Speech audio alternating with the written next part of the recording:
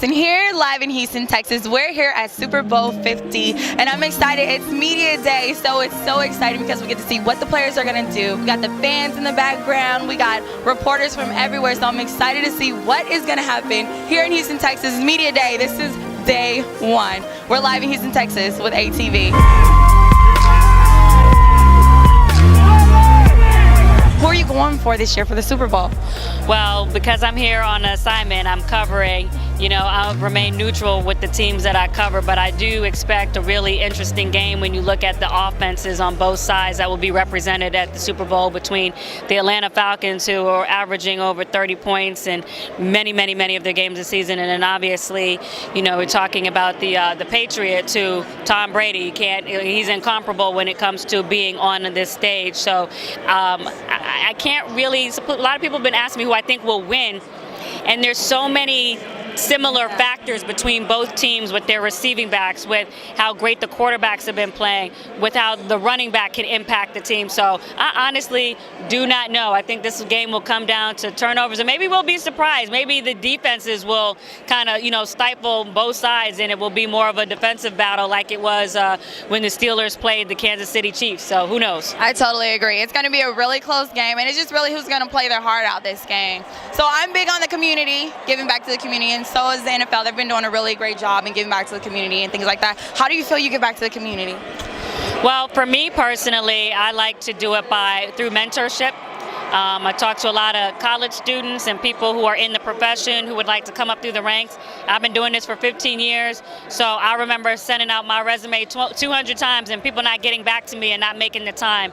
So when college students DM me, when they tweet me, I do my best, especially when I have the free time, to take their questions or to review their reel. So that's the way that I do it. I'm also big on advocating for people's right to use their voice. That's what I use in my business, whether you see it with athletes or whether you see it even with what's going on in our political atmosphere.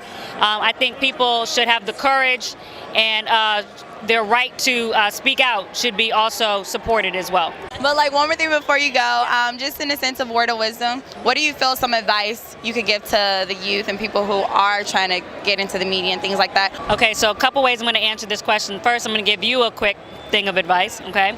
Now, when you come to ESPN, you got to take this class from John Sawatsky, and he teaches you about how to interview, okay? So one of the things I would tell you is that when you're asking a question, just ask the one question, because you also want to make sure that the interviewee answers what it is that you need.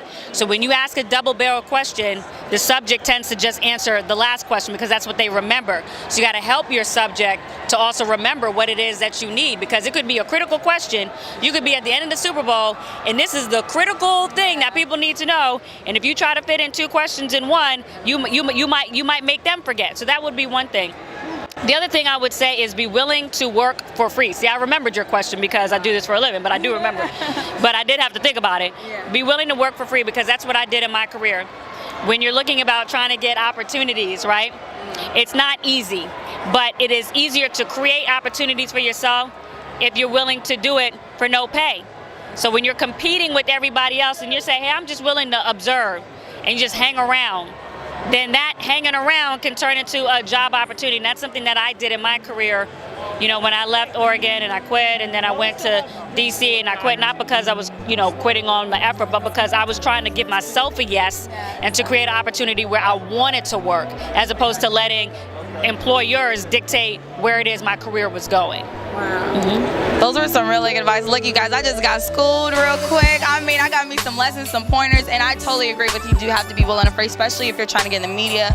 Any type of thing that you feel like you love and it's a passion, you should be willing to work for free. So I totally agree, and I thank you so much for your time and advice. Where can people find you, like you said? On Twitter, at Josina Anderson. I'm right there. I'm very easy to find. You follow me, you got a question. When I can, I get back to you on DM.